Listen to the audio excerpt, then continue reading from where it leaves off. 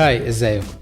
الساعة دلوقتي 1:30 ل5 من فجر يوم 14 ابريل، اول يوم لمعرض واتشز اند وندرز في جنيفا، اكبر معرض للساعات في السنة.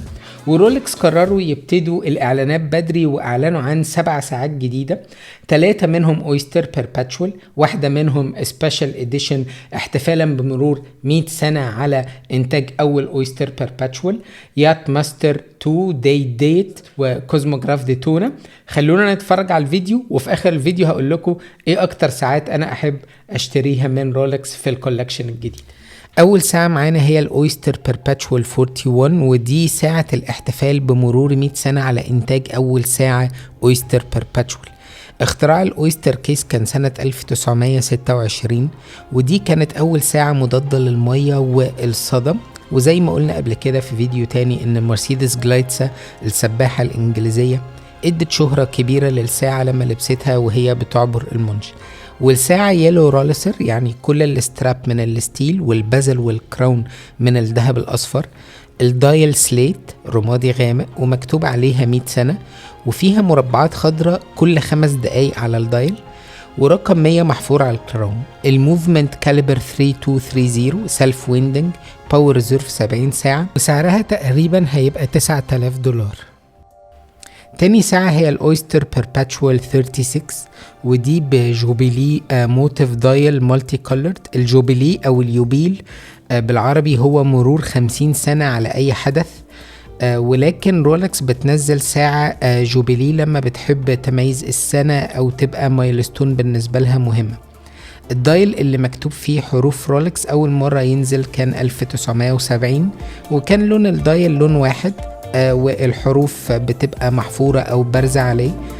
ولكن السنة دي حروف رولكس مكتوبة باكتر من 10 الوان. الكيس 36 ملي، والستراب من الاويستر ستيل مضاد للمية والصدى، ونفس الموفمنت بتاعة الاويستر بيرباتشوال 41 اللي هي 3230. وتالت ساعة معانا هم اكتشولي ساعتين من الذهب 18 قيراط، اويستر بيرباتشوال 28 واويستر بيرباتشوال 34. الاويستر بيرباتشوال 28 نازلة بستراب ذهب اصفر ودايل اخضر، والاويستر بيرباتشوال 34 نازلة بستراب روز جولد وبدايل ازرق، بس لونهم حلو جدا على بعض. الماركرز او الارقام اللي عند الساعة 3 و6 و9 هي من الحجر الطبيعي. الاثنين بموفمنت او كاليبر 2232 سيلف ويندنج ميكانيكال موفمنت، يعني ساعة اوتوماتيك بباور ريزيرف 55 ساعة، وسعرهم ما بين 18 ل 22 ألف دولار حسب حجمهم. رابع ساعة اعلنت عنها رولكس من ساعة ونص تقريبا هي الاويستر بيرباتشوال ديت جاست 41. الكيس 41 ملي. الساعة وايت رولسر، يعني الستراب من الستيل والبازل والكراون من الذهب الابيض، بدايل اخضر لاكر اومبري يعني متلمع بورنيش، وتاريخ اليوم ظاهر عند الساعة 3. الموفمنت كاليبر 3235 اوتوماتيك، وفيها الديت فانكشن اللي بتعرض تاريخ اليوم. فيها باور ريزيرف حوالي 70 ساعة. سعرها الريتيل هيبقى تقريبا $13,000. نيجي بقى للكلام الكبير. رولكس أعادوا إحياء اليات ماستر 2 بعد أما كانوا وقفوا إنتاجها سنة 2024. في الرجاتا أو سباقات اليخوت وقت انطلاق اليخت هو أهم حاجة، لأن لو عديت خط البداية قبل الميعاد فده بينالتي، ولو طلعت متأخر فبتخسر السباق.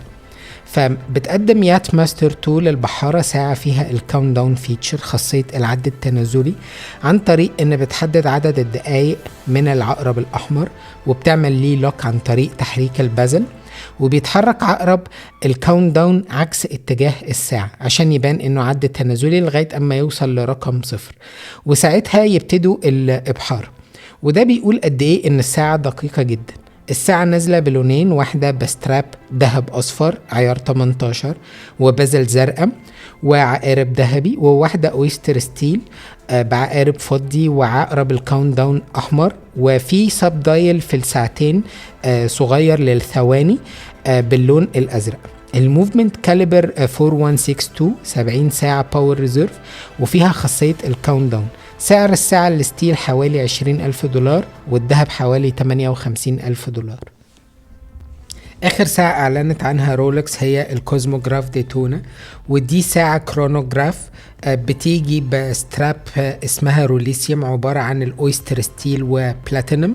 الدايل لونه ابيض، وايت انامل دايل، والموفمنت اسمها كاليبر 4142، فيها باور ريزيرف 72 ساعة، وسعرها حوالي 58 ألف دولار.